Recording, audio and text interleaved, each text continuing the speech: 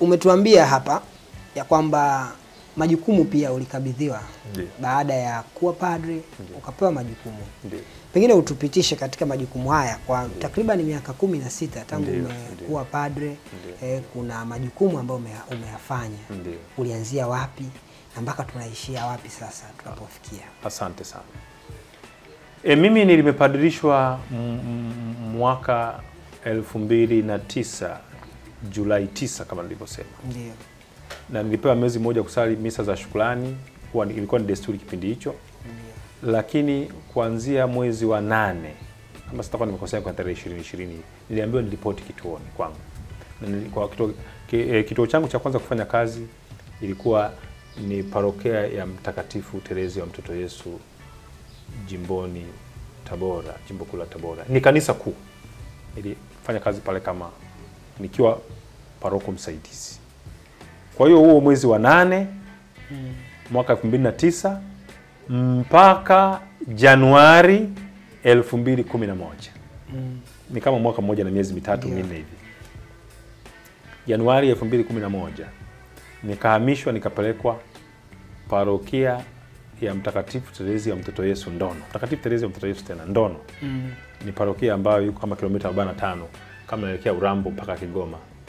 Barabara hiyo. Kilomita 45 kutoka Tabora mjini. Ndiyo. Kwa hiyo nikaenda kufanya kazi pia kuanzia mwaka 2011 mpaka mwaka 2012 mwezi wa 3. Nilipokuja Tabora kwa ajili ya mafungo, kujiandaa mafungo ya mapadri yalikuwa yameandaliwa, ndio baba askofu aliponiita akaniambia jiandae, tumepanga uende ukasome India. Kwa hiyo nilipoambiwa hiyo mwezi Machi nikaanza utaratibu wa kutafuta visa na passport.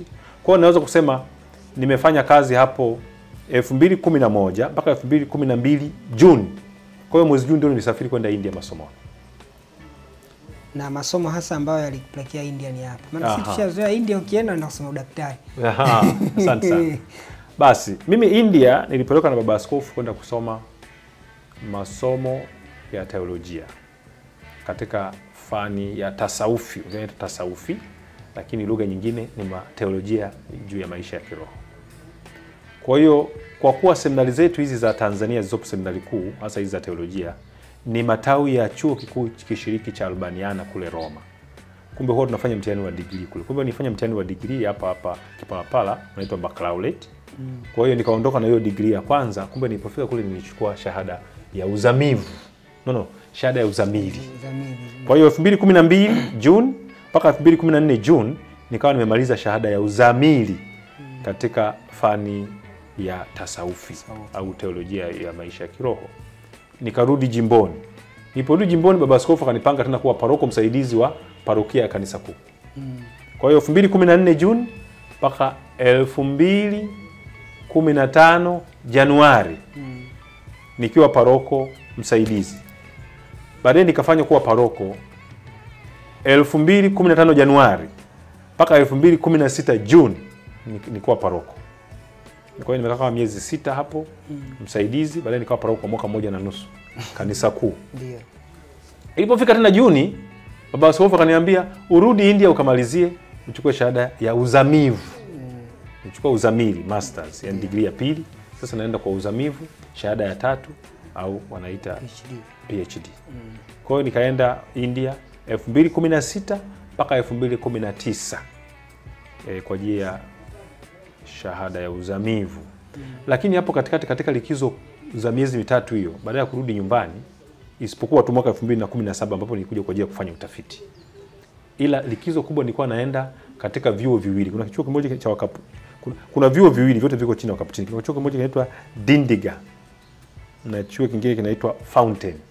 Kwa hiyo Dindiga College na Fountain College viko Tamil Nadu, ambao nilikuwa nafanya kozi ya miezi mitatu ya saikolojia na ushauri wa kisaikolojia, inaitwa counseling and psychotherapy. Kwa hiyo nilikuwa nafanya na tunafanya mazoezi ya ushauri huo, tunafanya mitihani, basi wanahakiki, basi wanatupandisha kwamba tumefika level gani. Zile courses zinaenda wanasema kwa unity. Kwa hiyo Tangu mwaka huo nilianza tangu nilipoenda kwa ajili ya masomo ya uzamili. Kwa hiyo mpaka ilipofika mwaka 2018 basi nikawa nimetunukiwa stashahada au diploma ya ushauri wa kisaikolojia na ushauri na tiba ya kisaikolojia. Counseling and psychotherapy. Stashahada au diploma. Lakini sasa ilipofika mwaka 2019 pia nilikuwa nimemaliza yale masomo msingi ambayo yalinipeleka. Haya ilikuwa kama nyongeza. Nikawa nimemaliza shahada ya uzamivu katika fani ya tasawufi. Basi nikarudi jimboni. Niliporudi jimboni tangia mwaka 2019 ndio nikapangiwa nyumba ya malezi Kipalapala. Kwa hiyo kuanzia 2019 nimekuwa msaidizi katika nyumba ya malezi na paroko msaidizi Kipalapala. Kwa hiyo nikafanya hiyo kazi, lakini vile vile kuanzia mwaka 2019 nikawa nimeombwa kuwa kiongozi wa kiroho wa shirika la mabinti wa Maria. Au spiritual director of the congregation of the Daughter of Mary Sisters in Tabora. Spiritual director, kiongozi wa kuanzia mwaka 2019. Kwa hiyo nimeendelea kama kiongozi wa kiroho wa shirika kuanzia 2019. Ilipofika mwaka 2023 ndio nikaombwa pia kwamba kwa kuwa umesoma masomo ya fani ya maisha ya kiroho na huko hapa karibu, basi tunakuomba pia uwe mwalimu Kipalapala Seminari. Kwa hiyo nikawa nimepangwa pia kuwa mwalimu Kipalapala Seminari, na wakati huo pia nikafanywa kuwa wakili wa askofu kwa wakfu katika jimbo kuu la Tabora. Kwa hiyo mwaka huo mambo mawili yaliongezeka. Mwalimu katika seminari kuu ya Kipalapala na wakili wa askofu kwa wakfu, au naitwa kwa tukijiganisha naitwa nafasi inaitwa Vicar for Religions. Kwa hiyo ndio majukumu ambayo nimeyabeba kwa hii miaka 16 mpaka sasa. Lakini pia labda kwa kuongeza pia kuanzia mwaka 2022 nilifanywa kuwa paroko wa parokia ya Mtakatifu Yosefu Mfanyakazi Kipalapala.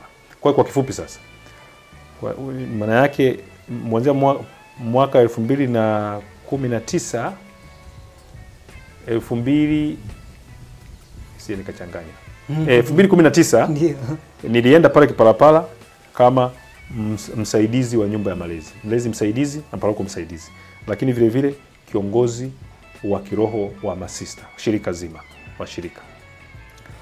Nimeendelea 2022 baada ya kuwa paroko msaidizi kawa paroko. Na haya majukumu naendelea nayo, lakini kwa paroko wa parokia ya Kipalapala. 2023 pia nikawa mwalimu wa Kipalapala Seminari na wakili wa baba askofu kwa wakfu katika jimbo kuu la Tabora. Kwa kifupi, nimeona nilielezea imechanganya naweza kuchanganya. Nijaribu kufanya ufupisho wa hilo. Hongera sana baba, hongera kwa hayo, lakini pia hongera kwa kuwa pia ni tunda jema la seminari kuu ya Kipalapala, seminari ya Mtakatifu Paulo. Lakini